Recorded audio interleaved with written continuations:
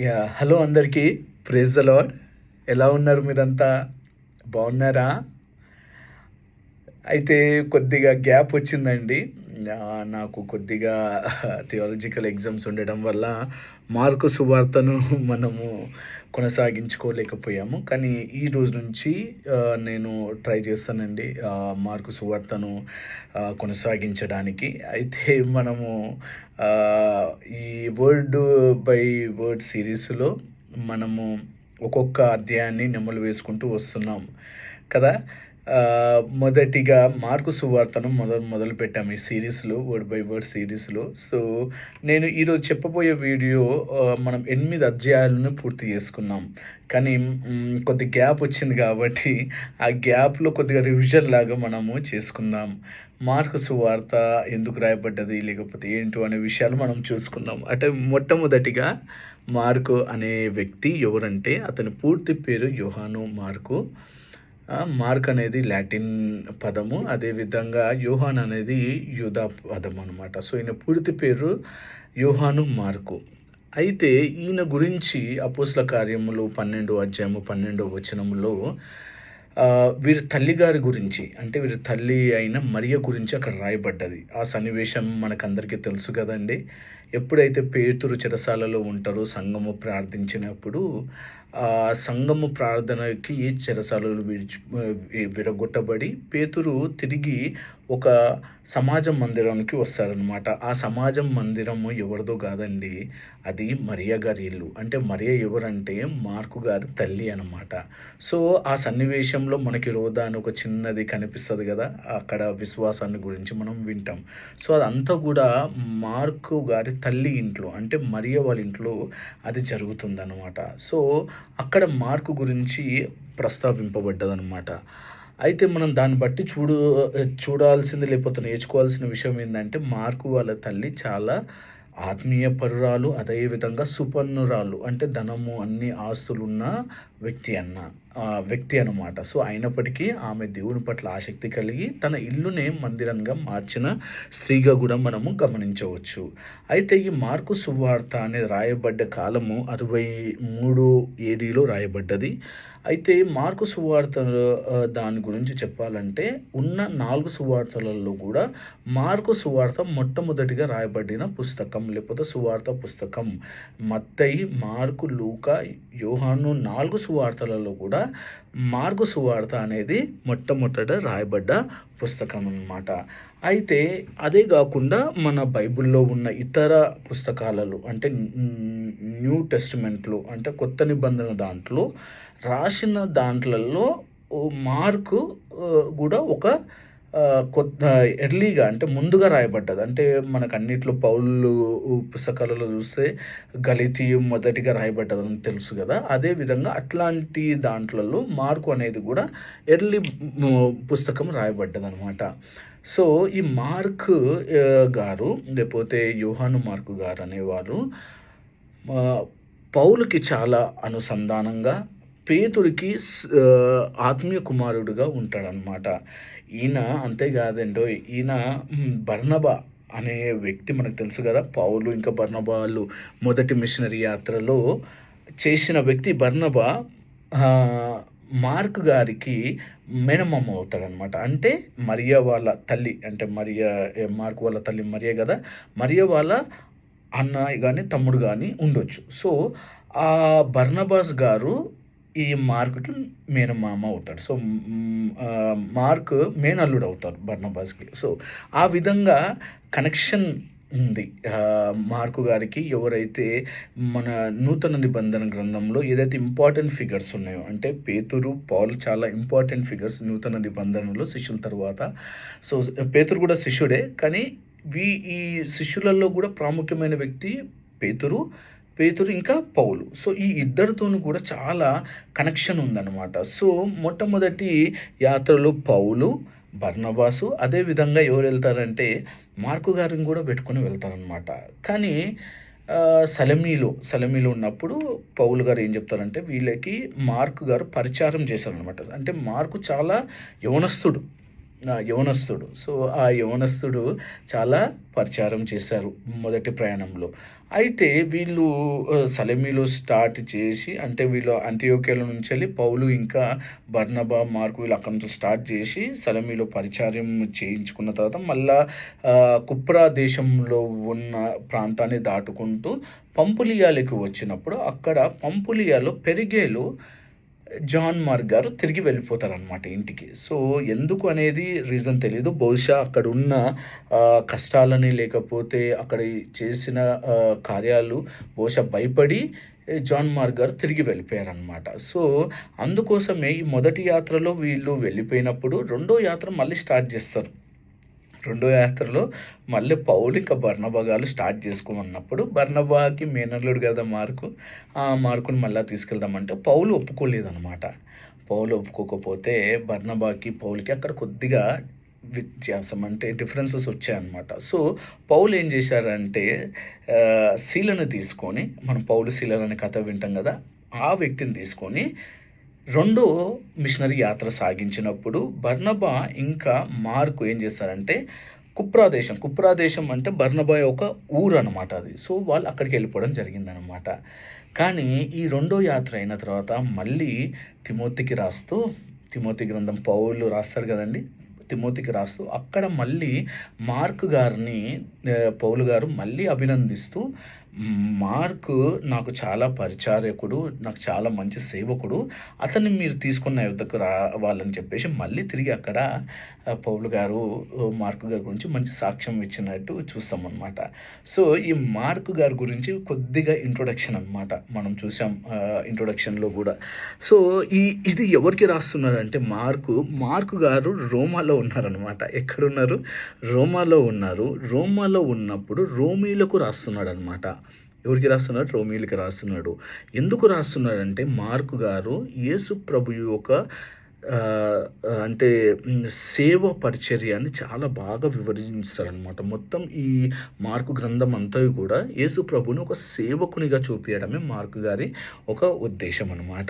So, దీంట్లో important మనము chapter చెప్పగలిగితే 8వ అధ్యాయాన్ని మనము ఇంపార్టెంట్ చాప్టర్గా చెప్తాం. ఎందుకంటే యేసు ప్రభువుని ఒక క్రీస్తు అని పేతురు గారు సాక్ష్యం ఇస్తారనమాట.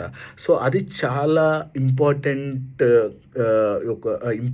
వచనము మన ఈ దీంట్లో మార్కు సువార్తలు. అందుకే ఈ 8వ చాప్టర్ చాలా ఇంపార్టెంట్ చాప్టర్గా ఉంటుంది. ఇంకా 10వ అధ్యాయము 45వ వచనము చాలా కీ వర్స్ అన్నట్టు, అంటే కీ వచనం, ఇంపార్టెంట్ వచనం లేక ముఖ్యమైన వచనం ఏంటంటే 10వ అధ్యాయంలో 45వ వచనంలో ఉందన్నమాట. ఆ వచనాన్ని మీరు చదవండి. 45 వచనములో దేవుడు ఏం చేయనికే వచ్చాడో అక్కడ చెప్తాడు. ఇంగ్లీష్లో అయితే not to be served but to serve.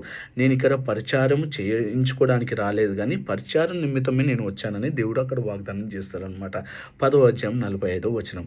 So, mark సువార్తలో మొత్తం అధ్యాయాలు 16 అధ్యాయాలు ఉంటాయి.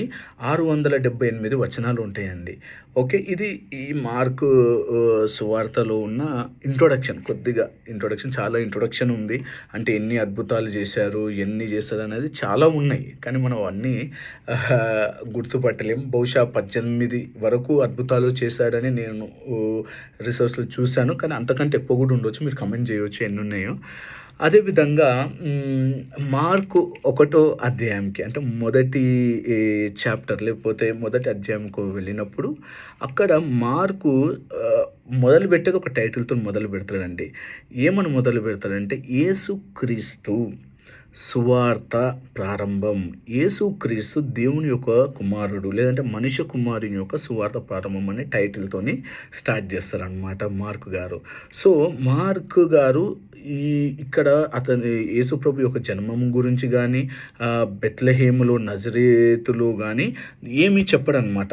ఏం చెప్పాడు? అతన్ని గురించి ఏమీ చెప్పడనమాట. అంటే జన్మం ఎట్లయింది, నజరేతులో ఎట్లా వచ్చాడు అనేది విషయాలు మాత్రం చెప్పకుండా డైరెక్ట్ పాయింట్కి వచ్చేస్తాడు. ఏమని పాయింట్కి వస్తాడంటే క్రీస్తు యొక్క సువార్త అని చెప్తూ మలాకీలో అదేవిధంగా యెషయా గ్రంథంలో రాయబడిన ప్రవచనాలను ప్రవచిస్తూ అంటే మలాకీలో ఏముందంటే ఒక ఆయన అడవిలో ఉండి దేవుని మెసెంజర్‌గా ఉంటాడు. లేకపోతే దేవుని దూత పంపించబడతదనేది మలాకీలో ఉంటే, యెషయా గ్రంథంలో అడవిలో నుంచెళ్ళి ఒక శబ్దం వినబడతది పశ్చాత్తాపం పొందమని. ఆ 2 వచనాలని ఇక్కడ మార్కు గారు ముందుగానే చెప్తూ బాప్టిసం ఇచ్చి యోహాను గురించి వాక్యం చెప్తుంటారు. ఆ 2 గూడా ఎవరు అంటే బాప్టిసం ఇచ్చి యోహానే అని చెప్తూ పాత నిబంధన గ్రంథంలో ఉన్న 2ని తీసుకొచ్చి ఇక్కడ కోట్ చేస్తుంటాడు.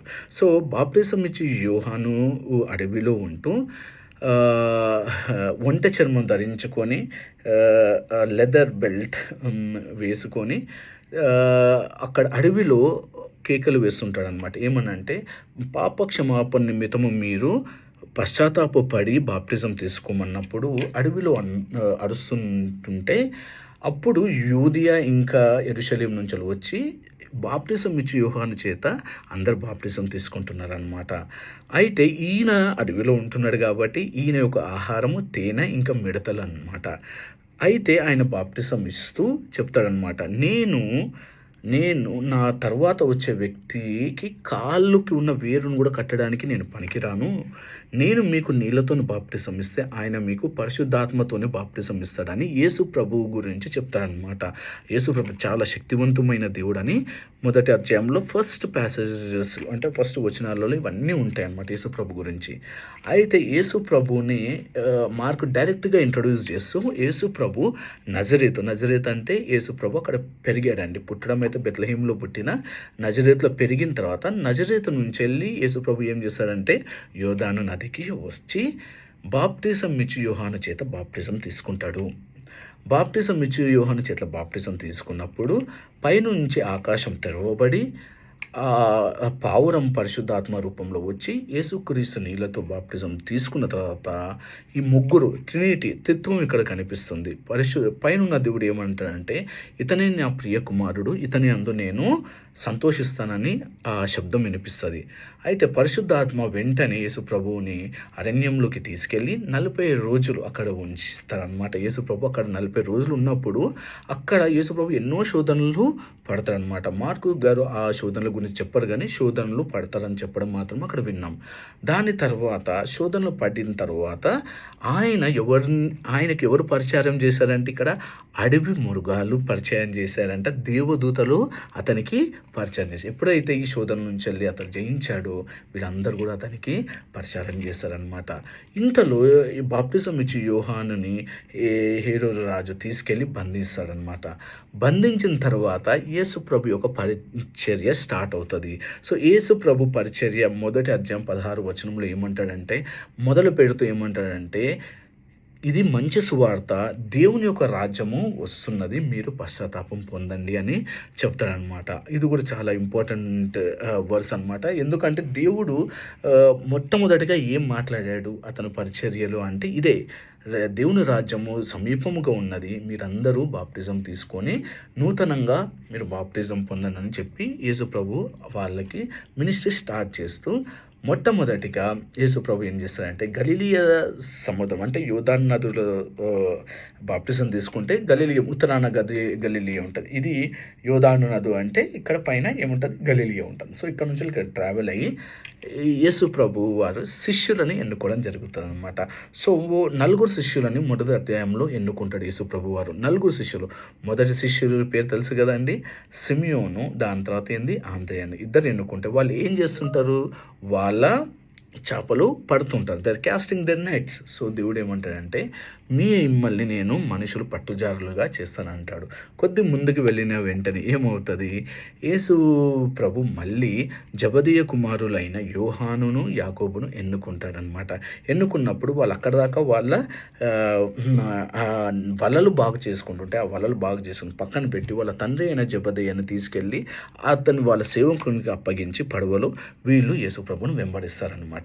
ఈ 4 ఇక్కడ వెంబడిస్తుంటే ఈ యాకోబుకు మళ్ళీ యోహానుకు పేరు ఏమని పెడతారంటే ఉరిమేడి వాడని పేరు వీళ్ళకి ఉందన్నమాట. సో ఈ 4 ప్లస్ యేసు ప్రభు కలిసి వీళ్ళు మొట్టమొదటికి ఏం వెళ్తారంటే దేవాలయం అంటే సమాజ మందిరంకి వెళ్ళి అక్కడ మొట్టమొదటిగా యేసు ప్రభువు ప్రసంగం మొదలుపెట్టాడనమాట. సో, ప్రసంగం మొదలుపెట్టినప్పుడు అతని ప్రసంగాన్ని చూసి అక్కడ పరిసయ్యులు, శాస్త్రులు అందరూ ఆశ్చర్యపోతారనమాట. అబ్బా! ఇతనికి ఇంత అధికారం ఎక్కడి నుంచెల్లి వచ్చింది? ఇలా ఎలా చెప్తున్నారు? ఎందుకనంటే అప్పటి వరకు గూడా పరిసయ్యులు, శాస్త్రులు ఏం చేసేవారంటే ధర్మశాస్త్రాన్ని వాళ్ళు చెప్పేవారు. కానీ యేసు ప్రభువు ఆ ధర్మశాస్త్రంలో ఉన్న అధికారాన్ని, లేకపోతే నిజమైన ఎలా జీవించాలనేది దేవుడు వాళ్ళకి చెప్పినప్పుడు వాళ్ళు చాలా ఆశ్చర్యపోయారనమాట వాళ్ళు. చాలా ఆశ్చర్యపోయి తనకి ఈ అధికారం ఎక్కడికి నుంచి వచ్చిందని అన్నప్పుడు అక్కడ సమాజ మందిరంలో దయ్యము పట్టిన ఒక వ్యక్తి ఉన్నాడనమాట. చూసిన వెంటనే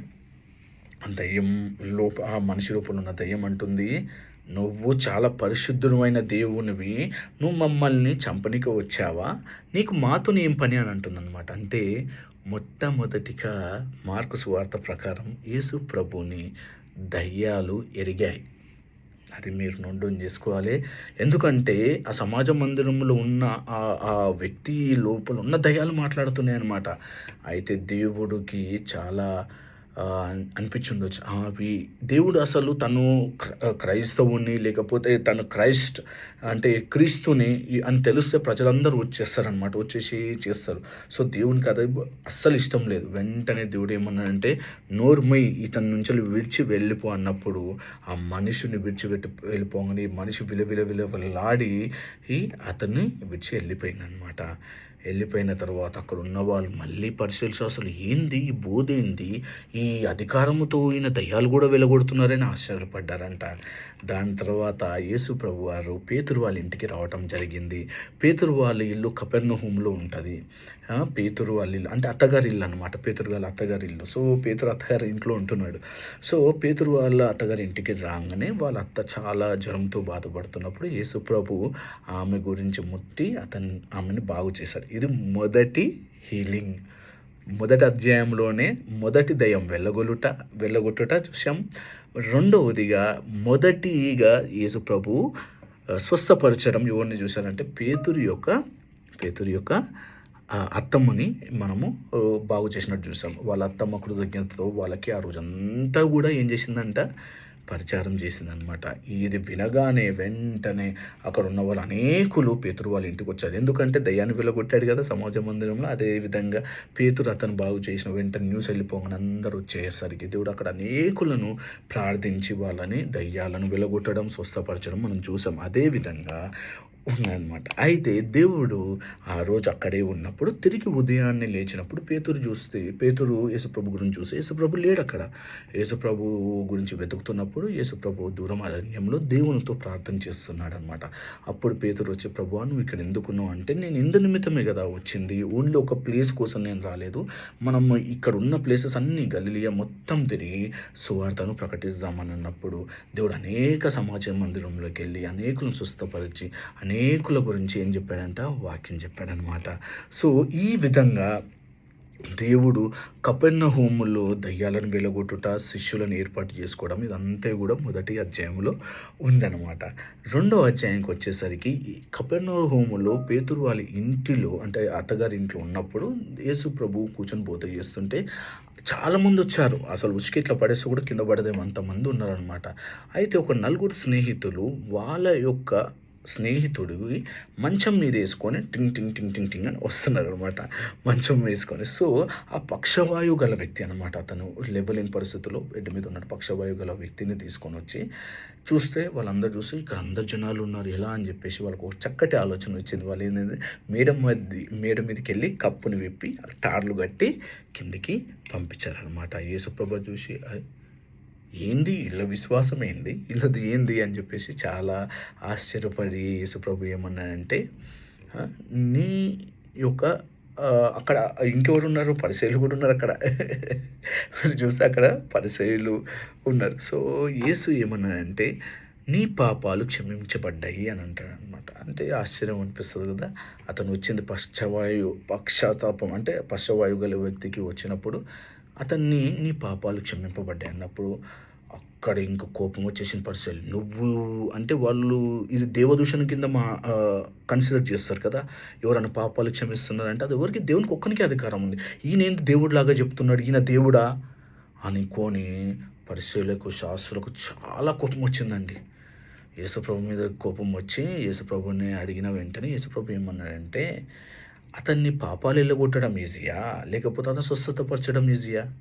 2 గూడా చాలా కష్టం. ఈ రెండిట్లో అతని పాపాలు క్షమించబడడమే చాలా కష్టం. సో, మొట్టమొదటిగా దేవుడు అతని పాపాలు క్షమించి, రెండవసారి దేవుడు అతన్ని ఏమనంటే, నీ పరుపుని ఎత్తుకుని నువ్వు వెళ్ళినప్పుడు, ఆ మాట అన్న వెంటనే అతడు పశవేయగల వ్యక్తి అతని పరుపుని ఎత్తుకుని వెళ్ళాడు. ఇది చూసిన ఇది అయిపోయిన వెంటనే అక్కడ ఉన్న ప్రజలందరూ కూడా దేవుని మహిమపరిచారంట. So, first glory to the God was given here. So, రెండవదిగా చాలా ఇంట్రెస్టింగ్ అనిపిస్తుంటుంది కదా. రెండవదిగా దేవుడు ఐదవ శిష్యుని ఎన్నుకోవడం. మత్తయి ఎవరంటే సుంకపు అధికారి. అతడు సుంకపు మెట్ల మీద కూర్చొని సుంకపు ట్యాక్స్ రాస్తున్నప్పుడు యేసుప్రభు అతను ఏమంటే రమ్మంటాడు, వచ్చేసే అన్నప్పుడు అతడు అంతా వదిలేసి మత్తయి యేసుప్రభుని వెంబడిస్తాడు. వెంబడించిన తర్వాత అదే రోజు అక్కడ మత్తయి ఏం చేస్తాడంటే తన గృహంలో ఏం చేస్తాడంటే ప్రేయర్ మీటింగ్ పెట్టించుకొని వాళ్ళకున్న ఫ్రెండ్స్ అంటే అందరు సుంకరులే ఉంటారు కదా, సుంకపు అధికారి కాబట్టి సుంకరులు ఉంటారు, వాళ్ళని పిలిపించాడు. ఇక్కడ కూడా పరిశీలి శాస్త్రులు వచ్చి చూశారు. యేసు ప్రభు ఏం చేశాడంటే వాళ్ళని తన శిష్యుల అంటే వాళ్ళ శిష్యులు వీళ్ళందరూ వెళ్ళి అక్కడ కూర్చొని తింటున్నారు. బహుశా కూర్చొని తింటున్నప్పుడు పరిశీలి ఏమన్నానంటే, ఏంటి ప్రభు మీరు వాళ్ళతో తింటున్నారు? వాళ్ళ శిష్యులతో అన్నాడు అనమాట. ఏంటి మీ దేవుడు వాళ్ళతో తింటున్నాడు ఏంది? ఎవరు వాళ్ళు పాపులు కదా, వాళ్ళతో ఎందుకు తింటున్నారు అన్నప్పుడు యేసు ప్రభు అంటాడు, బాబు నేను నీతిమంతుల కోసం రాలేదు, నేను పాపుల కోసమే వచ్చాను, నా పనే ఇది, వీళ్ళతోనే ఉంటాను నేను అని చెప్పేసి దేవుడు వాళ్ళకి ఆన్సర్ ఇచ్చినట్టు చూస్తామన్నమాట. దాని తర్వాత విశ్రాంతి దినం గురించి, Jesus is the Lord of Sabbath అంటే సాబాతు దినమున దేవుడని ప్రూవ్ చేయడానికి 2 ఇన్సిడెంట్లు ఇక్కడ కనిపిస్తాయి అన్నమాట. మొట్టమొదటిగా యేసు ప్రభు వాళ్ళ శిష్యులు సాబాతు రోజు వెళ్తుంటే వెన్నులు అక్కడ తింటారనమాట. తిన్నప్పుడు యేసు ప్రభుని వాళ్ళు అడుగుతారనమాట, ఏంటి మీ శిష్యులకి ఇది కూడా తెలియదా, విశ్రాంతి దినములు ఇది చేయకూడదు అన్నప్పుడు దేవుడు ఏమనంటే, నేనే విశ్రాంతికి దేవుడిని అన్నప్పుడు ఇంకా కోపం వచ్చింది వాళ్ళకి. ఇంకా కోపం వచ్చి యేసు ప్రభుని వాళ్ళు చేస్తారనమాట. అయితే 3వ అధ్యాయంలోకి వెళ్ళినప్పుడు మళ్ళీ సాబాతు రోజే ఏమైందంటే ఊచ అంటే చెయ్యి ఉంది కానీ అతను సరిగా పని చేయట్లేదు. ఆ ఊచ చేయగల వ్యక్తి ఆయన దగ్గరికి వచ్చినప్పుడు అప్పుడు మళ్ళీ పరిశీలి చూస్తున్నారు, యేసు ప్రభు ఈయనని ఇప్పుడు సాబాతు రోజు బాగు చేస్తాడా లేదా చూద్దామన్నప్పుడు యేసు ప్రభు ఏమన్నాడంటే, మీకు అంటే కనికరము అన్నిటికంటే మించింది ఉంది. మీ యొక్క ఆచారాల కన్నా కనికరం చాలా ఇంపార్టెంట్. నేను ఈయనని స్వస్థపరుస్తున్నా సాబాతు రోజు, అదే కదా మన ధర్మశాస్త్రం చెప్తుంది అని చెప్తూ ఎగ్జాంపుల్ ఇస్తాడు. ధర్మశాస్త్రం దావీదు గురించి, దావీదు వాళ్ళ ఉన్నప్పుడు సముఖపు రొట్టెను తిన్నాడు కదా అని చెప్తూ, మరి అదేవిధంగా యాజకులు కూడా కొన్నిసార్లు తినకూడనిది తిన్నారు కదా అని చెప్పి ఎగ్జాంపుల్స్ ఇచ్చి పాత నిబంధనలో యేసు ప్రభువు చెప్తాడనమాట. సో మన యొక్క ఆచారాల కన్నా దయ ఇంకా కనికరం ఇంపార్టెంట్ అని చెప్తూ ఆ ఊచ చెయ్యి వ్యక్తి గల వాడిని మొత్తం స్వస్థపరిచినప్పుడు అప్పుడు స్టార్ట్ అయింది ఇంకా పరిసయ్యులు ఇంకా శాస్త్రులు వెళ్ళి హేరోదీయులతో కలిశారనమాట. ఇది ససేమీర కుదరదనమాట. పరిసయ్యులకి ఇంకా హేరోదీయులకి అస్సలు పడదు. కానీ యేసు ప్రభుని చంపాలని వీళ్ళు ఇద్దరు ఏకమై ఇక్కడ వాళ్ళు పూనుకున్నారు. ఈయన సాబాతు రోజు ఇది చేస్తున్నాడు, అధికారంతో చెప్తున్నాడు, ఈయన పాపులతో కూర్చుంటున్నాడు, సరే ఈయన అంతా ధర్మశాస్త్రాన్ని మొత్తం ఇది చేస్తున్నాడు కాబట్టి ఈయనని చంపేద్దామన్నప్పుడు మొట్టమొదటిగా 3 అధ్యాయములు యేసు ప్రభుని చంపాలని వాళ్ళు ఆశపడతారనమాట. ఓకే, సో అదేవిధంగా నెక్స్ట్ దేవుడు ఏం చేస్తాడంటే 4వ అధ్యాయంలో ఉపమానాలు చెప్తాడు. ఏది విత్తనం ఉపమానం. 4 రకాల విత్తనాలు ఉంటాయి తెలుసు కదా. దారి అవతలి ఇవతల పడతాయి. ఒకటేమో రాతి నీళ్ళ మీద పడుతుంది, ఇంకోటి ఎక్కడ ముళ్ళ పొదలో పడుతుంది, ఇంకొకటి ఎక్కడ మంచినీళ్ళ మీద పడుతుంది. మంచినీళ్ళది అది చెప్తారు. దాని తర్వాత యేసు ప్రభు పరలోక రాజ్యాన్ని అంజురపు ఆవగింజంత ఉపమానం గురించి చెప్తారు. పరలోక రాజ్యం ఆవగింజతో పోల్చబడి ఉన్నది అని చెప్తారనమాట. సో అది చెప్పిన తర్వాత గలిలియ సముద్రములో చెలరేగిన తుఫాను అంటే ఇది చేసిన ఉపమానం చెప్పిన తర్వాత యేసుప్రభు ఏంటంటే మనం వెళ్ళిపోదాం అన్నప్పుడు గలిలియ సముద్రంలో వాళ్ళు అలా వెళ్తుంటే రాత్రిపూట అక్కడ పెద్ద తుఫాను వస్తే వీళ్ళందరూ భయపడి వచ్చి శిష్యులు యేసుప్రభుని లేపుతారనమాట. ప్రభువా ఇక్కడ ఇట్లా ఉందని అనగానే యేసుప్రభు చూసి, ఎందుకు మీరు అల్ప విశ్వాసులారా, మీకేమవుతుంది అని చెప్పేసి, మీకు విశ్వాసం లేదు దీన్ని గద్దించడానికి అన్నప్పుడు యేసుప్రభు దాన్ని విశ్వాసంతో గద్దించిన వెంటనే ఊరుకుండమని అనగానే అది అంతా అలలు నెమ్మదిగా అయిపోతాయి అన్నమాట. సో యేసుప్రభు ఇక్కడ మనము చూస్తే 4వ అధ్యాయంలో ఉపమానాలు చెప్పాడు. ఇంకా ఐదో అధ్యాయంలో మనం చూసింది ఏంది, దయ్యాలను, వ్యాధులను మరియు మరణంపై అధికారాన్ని దేవుడు చూపిస్తాడు అనమాట. ఇక్కడ దయ్యాలు ఎవరు వచ్చాయంటే గెరాసేను దేశంలోకి, ఆ గెరాసేను దేశంలో సేనా దయ్యాన్ని పెట్టుకుని, అంటే సేనా దయ్యం అంటే దగ్గర దగ్గర 6,000 మంది ఉన్న ఆ దయ్యాలు వ్యక్తి అక్కడ సమాధి దాంట్లో తిరుగుతూ పిచ్చి పిచ్చిగా చైన్లను ఇవన్నీ తిప్పేసుకుంటూ ఉంటున్నప్పుడు యేసు ప్రభు గెరాసేనునికి వచ్చినప్పుడు ఆ దయ్యాలన్నీ వెలగొట్టి పందుల దాంట్లో వేస్తాడు. అయితే పందులను మేపుకునేవారు వచ్చి ఏం చేస్తారంటే, ప్రభువా మాకు ఇదే ఆధారము, పందిలే మేము అమ్ముకుంటాము, అదే మాకు ఆధారము, దయచేసి మీరు వెళ్ళిపోండి అని చెప్పినప్పుడు యేసు ప్రభు అక్కడి నుంచి వెళ్ళిపోతాడు. కానీ ఏమని చెప్తాడంటే, ఈ దయ్యం పట్టిన వ్యక్తికి ఏమని చెప్తాడంటే, నువ్వు వెళ్ళి మీ ఫ్రెండ్స్కి కానీ మీ కుటుంబాలు చెప్పి ఏం చేస్తాడంటే దెక్కపోలిలో అందరికీ చెప్తాడు, నేను ఇట్లా స్వస్థపరిచాను, నన్ను ఇక్కడ స్వస్థపరిచారు అనగానే, దెక్కపోలి అంటే 10 సిటీస్ని కలిపితే దాన్ని దెక్కపోలి అనమాట. సో వెళ్ళి చెప్తాడు. ఆయన వచ్చి, ప్రభువా నేను నీతో కూడా వస్తానంటే దేవుడు ఏమంటాడంటే, వద్దు నువ్వు ఇక్కడే ఉండని చెప్పేసి మరి తిరిగి వెళ్తున్నప్పుడు మళ్ళీ ఈ గలిలియాకి రాగానే అతను నడుస్తున్నప్పుడు చాలామంది జనులు అటు ఇటు వచ్చేటప్పుడు యేసు ప్రభువుని అంచు పట్టుకొని రక్త ప్రసరణ గల స్త్రీ స్వస్థత పొందుతుంది. అది కూడా మన 5వ అధ్యాయంలో చూడవచ్చు. దాని తర్వాత దేవుడు మళ్ళీ యాయేరు కుమారుని చనిపోయిన చిన్నదాన్ని లేపి మరొకసారి సాక్ష్యం ఇస్తాడనమాట. ఏమని అంటాడంటే, తలా తాక్మి అని అన్నప్పుడు ఆమె లేస్తుంది అనమాట. సో ఇది 5వ అధ్యాయం. 5వ అధ్యాయంలో దయ్యాలను, వ్యాధులను, అదేవిధంగా మరణం పైన దేవుని అధికారాన్ని మనం చూస్తాం. 6వ అధ్యాయంలో దేవుడు ఏం చేస్తాడంటే, తన సొంత గ్రామమైన నజరేతుకు వెళ్ళినప్పుడు అక్కడ అతను ప్రసంగం చేస్తున్నప్పుడు ఎవ్వరు కూడా అతని మీద ఇంట్రెస్ట్ పెట్టకుండా, ఇతను మన కార్పెంటర్ కొడుకే కదా, ఇతని అన్నలు వీలే కదా, ఇతని చెల్లెలు మనతో ఉన్నారు కదా అని చాలా తక్కువగా యేసుప్రభుని చూస్తే, యేసుప్రభు ఒక మాట అంటాడు, ఏ బోధకుడైనా కానీ తన రాష్ట్రంలోనే తక్కువ చూస్తారు కానీ బయట అతడు మహిమ పొందుతారనే విషయాన్ని దేవుడు చెప్పి కొంతమందిని మాత్రం ఒక స్వస్థతపరిచి అక్కడి నుంచి వెళ్ళి వస్తాడనమాట. మళ్ళీ బాప్టిజం ఇచ్చి యోహాను గురించి ఇక్కడికి వస్తుంది. హేరోదు ఏమనుకుంటారంటే, యేసు ప్రభుని చూసి ఈయనకి బాప్టిజం ఇచ్చి యోహాను మరణాన్ని, లేకపోతే హేరోదియ ఎలా చంపిందని విన్నాన్ని మనం 6వ అధ్యాయంలో చూస్తాం. దాని తర్వాత యేసు అతి గొప్ప కార్యాలు 2 ఇక్కడ ఏంటిది, 5 రొట్టెలు 2 చేపలు 5,000 మందికి పంపించి దేవుడు మళ్ళీ సముద్రాన్ని పై నడవటం 6వ అధ్యాయంలో మనం చూస్తాము. అదేవిధంగా అంటే మళ్ళీ ఒకసారి 6వ అధ్యాయంలో ఏం చేస్తాడు, దేవుడు నజరేతుకు వెళ్ళినప్పుడు అక్కడి నుంచి వెళ్ళి ఆయన వచ్చేసి ఈ బాప్టిజం ఇచ్చి యోహాను గురించి చెప్పడం, దాని తర్వాత యేసు ప్రభు 2 కార్యాలు, అద్భుత కార్యాలు 6వ అధ్యాయంలో చేస్తాడు. 5,000 మందిని, అదేవిధంగా ఈ సముద్రం పైన నడుచుట కదా మనం చూస్తాం అనమాట. 7వ అధ్యాయంకి వస్తే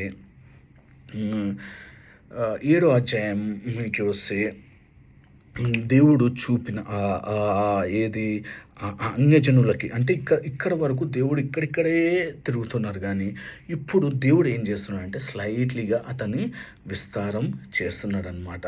సో దేవుడు ఈ 7వ అధ్యాయంలో చూపించాల్సింది ఏంటంటే, సాంప్రదాయాల కన్నా కూడా మన మనసు అనేది చాలా ముఖ్యం అని చెప్తూ చాలా ఉదాహరణలు ఇస్తాడండి కదా. ఇంకొక ఎగ్జాంపుల్ ఏంటంటే, ఒక ఆమె అన్యజనురాలు తన దగ్గరకు వచ్చి తనని కుక్కతో దేవుడు పోలుస్తాడండి. మీకు తెలుసా ఇది? సినోఫీకిరాలు అయిన స్త్రీ కదా, ఆమె సిరియా దేశపురాలు గ్రీకు అది ఉంది. ఆ పౌరసత్వం ఉన్న వ్యక్తి దేవుని దగ్గరికి వచ్చి, అయ్యా మా కూతురు బాలేదయ్యా, కొద్దిగా బాగా చేయి అన్నప్పుడు యేసుప్రభు ఏమన్నాడో తెలుసా?